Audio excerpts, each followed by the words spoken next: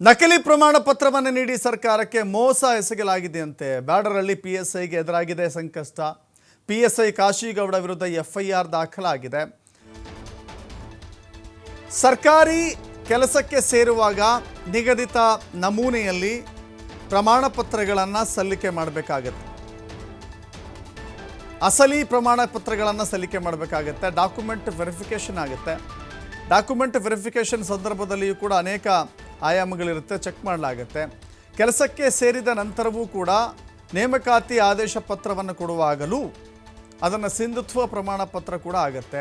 ಆದರೆ ಇಲ್ಲಿ ಕಾಶಿಗೌಡ ವಿರುದ್ಧ ಏನು ಆರೋಪ ಕೇಳಿ ಬಂದಿದೆ ಅಂದರೆ ನಕಲಿ ಜನ್ಮ ದಿನಾಂಕ ನೀಡಿದ್ದಾರೆ ಅಂತ. ಸರ್ಕಾರಿ ಕೆಲಸ ಪಡೆದಿದ್ದಾರೆ. ಅದರ ಮೂಲಕ ವಿಧಾನಸೌಧ ಪೊಲೀಸ್ ಠಾಣೆಯಲ್ಲಿ ಎಫ್ಐಆರ್ ದಾಖಲಾಗಿದೆ. 2017 ಮತ್ತು 18ರ ಬ್ಯಾಚ್ 2017-18ರ ಬ್ಯಾಚ್ನಲ್ಲಿ PSI ಹುದ್ದೆಗೆ ಅರ್ಜಿ ಸಲ್ಲಿಸಿದ್ರು ಕಾಶಿಗೌಡ. ಈ ಹುದ್ದೆಗೆ ಅರ್ಜಿ ಸಲ್ಲಿಸಲಿಕ್ಕೆ 30 ವರ್ಷ ಮೀರಿರಬಾರ್ದು ಅಂತ ಇದೆ. ಕರೆಕ್ಟ್, 30 ವರ್ಷವನ್ನು ದಾಟಿರಬಾರ್ದು. 30 ವರ್ಷದ ವಯೋಮಿತಿ ಒಳಗೆ ಇದ್ದರೆ ಮಾತ್ರ PSI ಹುದ್ದೆಗೆ ಅರ್ಜಿ ಸಲ್ಲಿಸಲಿಕ್ಕೆ ಅವರು ಯೋಗ್ಯರಾಗಿರ್ತಾರೆ, ಅರ್ಹರಾಗಿರ್ತಾರೆ ಅಂತ. ಆದರೆ ಕಾಶಿಗೌಡ ಜನ್ಮ ದಿನಾಂಕವನ್ನು 15/4/1987 ಇದೆ. 87 ಅಂತ ಹೇಳಿದ್ರೆ ಆಲ್ಮೋಸ್ಟ್ ಈಗ 37 ವರ್ಷ ಆಗುತ್ತೆ.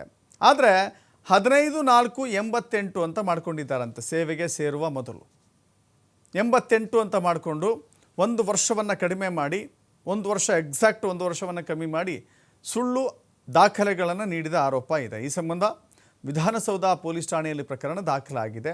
ಸರ್ಕಾರಕ್ಕೆ ಸುಳ್ಳು ಮಾಹಿತಿಯನ್ನು ಕೊಟ್ಟು ಸುಳ್ಳು ಪ್ರಮಾಣ ಪತ್ರಗಳನ್ನು ಸಲ್ಲಿಸಿ ಈಗ ಸರ್ಕಾರಿ ಹುದ್ದೆಯನ್ನು ಗಿಟ್ಟಿಸಿದ್ದಾರೆ. ಆದರೆ ಇದು ಕಾನೂನಾತ್ಮಕ ರೀತಿಯಲ್ಲಿ ಯಾವ ರೀತಿ ವಂಚನೆ ಆಗುತ್ತೆ ಅಂತ ನೋಡಬೇಕಾಗಿದೆ. ಇದನ್ನು ಯಾವ ರೀತಿ ಪರಿಗಣಿಸಲಾಗುತ್ತೆ ಅಂತ ನೋಡಬೇಕಾಗತ್ತೆ. ನೋಡಿ, ನಿಗದಿತ ನಮೂನೆಗಳು ಅಂತ ಹೇಳಿದ್ರೆ ಅವರ ಬರ್ತ್ ಸರ್ಟಿಫಿಕೇಟ್ ಇರಬೇಕಾಗತ್ತೆ. ಕೆಲವರಿಗೆ ಬರ್ತ್ ಸರ್ಟಿಫಿಕೇಟ್ ಇಲ್ಲ. ಈ ಹಿಂದಿನ ಅವಧಿಯಲ್ಲಿ 87, 88 ಅಂತ ಹೇಳಿದ್ರೆ ಬರ್ತ್ ಸರ್ಟಿಫಿಕೇಟ್ಗಳು ಹುಡುಕಿದ್ರು ಸಿಗಲ್ಲ. ಇತ್ತೀಚೆಗೆ ಬರ್ತ್ ಸರ್ಟಿಫಿಕೇಟ್ ಕಂಪಲ್ಸರಿ ಆಗಿದೆ.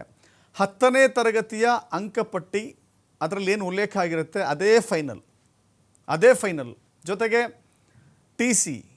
ಟಿ ಸಿಯಲ್ಲಿ ಏನಿರುತ್ತೋ ಅದೇ ಫೈನಲ್ ಆಗುತ್ತೆ. ಅಂಕಪಟ್ಟಿ ಪರಿಗಣಿಸಬಹುದಾದಂಥ ಬಹಳ ದೊಡ್ಡ ದಾಖಲೆ ಅಂತ ಹೇಳಿದ್ರೆ SSLCಯ ಅಂಕಪಟ್ಟಿ. ಆದರೆ ಇಲ್ಲಿ ಯಾವ ರೀತಿ ತಿದ್ದುಪಡಿ ಮಾಡಿದ್ದಾರೆ, ಅದರ ಸ್ವರೂಪ ಏನಿದೆ ಅಂತ ಕೂಡ ನೋಡಬೇಕಾಗತ್ತೆ. SSLC ಮಾರ್ಕ್ಸ್ ಕಾರ್ಡು ಜೊತೆಗೆ PUC ಮಾರ್ಕ್ಸ್ ಕಾರ್ಡು, ಡಿಗ್ರಿಯ 3 ವರ್ಷದ ಮಾರ್ಕ್ಸ್ ಕಾರ್ಡ್ಗಳನ್ನು ಸೇರಿಸಿ ಆನಂತರದಲ್ಲಿ ಅವರು ಯಾವ ಜಾತಿಗೆ ಸಂಬಂಧಪಟ್ಟಿದ್ದರೆ ಆ ಜಾತಿಯ ಪ್ರಮಾಣ ಪತ್ರ, ಗ್ರಾಮೀಣದಲ್ಲಿ ಕೋಟಾದಲ್ಲಿ ಸೆಲೆಕ್ಟ್ ಆಗಿದ್ದರೆ ಗ್ರಾಮೀಣ ಪ್ರಮಾಣ ಪತ್ರ, ಕನ್ನಡ ಮಾಧ್ಯಮದ ಕೋಟಾದಲ್ಲಿ ಸೆಲೆಕ್ಟ್ ಆಗಿದ್ದರೆ ಕನ್ನಡ ಮಾಧ್ಯಮದ ಸರ್ಟಿಫಿಕೇಟಿಗೆ ಮಾಡಬೇಕಾಗತ್ತೆ. ಬಟ್ ಇಲ್ಲಿ ದಾಖಲೆಯನ್ನು ತಿದ್ದಿದ್ದಾರೆ. ಅವರ 87 ಇದ್ದರೆ 88 ಆಗಿದೆ ಅಂತ ಹೇಳ್ತಿದ್ದಾರೆ. ಬಟ್ SSLCಯ ಮಾರ್ಕ್ಸ್ ಕಾರ್ಡ್ನಲ್ಲಿ ಏನಿದೆಯೋ ಅದೇ ಫೈನಲ್ ಆಗುತ್ತೆ. ಅದನ್ನು ಕೂಡ ಚೆಕ್ ಮಾಡಬೇಕಾಗುತ್ತೆ. ಸದ್ಯಕ್ಕೆ ಅವರಿಗೆ ಸಂಕಷ್ಟ ಅಂತೂ ಎದುರಾಗಿದೆ. ಇದನ್ನು ಯಾವ ರೀತಿ ಎದುರಿಸ್ತಾರೆ ಗೊತ್ತಿಲ್ಲ. ಬಟ್ ಒಬ್ಬ ಸರ್ಕಾರಿ ಸೇವೆಗೆ ಸೇರುವಂಥವ್ರು, ಅದು ಪೊಲೀಸ್ ಇಲಾಖೆಗೆ ಸೇರುವಂಥವ್ರು, ಪೊಲೀಸ್ ಇಲಾಖೆಗೆ ಸುಳ್ಳು ಮಾಹಿತಿ ಕೊಟ್ಟು ಸೇರಿಬಿಟ್ರೆ ಈ ಕಳ್ಳತನಕ್ಕೆ ಬೇಲಿ ಹಾಕೋರು ಯಾರು ಅನ್ನಂಗೆ ಆಗ್ಬಿಡುತ್ತೆ. ಸದ್ಯಕ್ಕಂತೂ ಪ್ರಕರಣ ದಾಖಲಾಗಿದೆ. ಮುಂದೇನಾಗುತ್ತೆ ನೋಡೋಣ.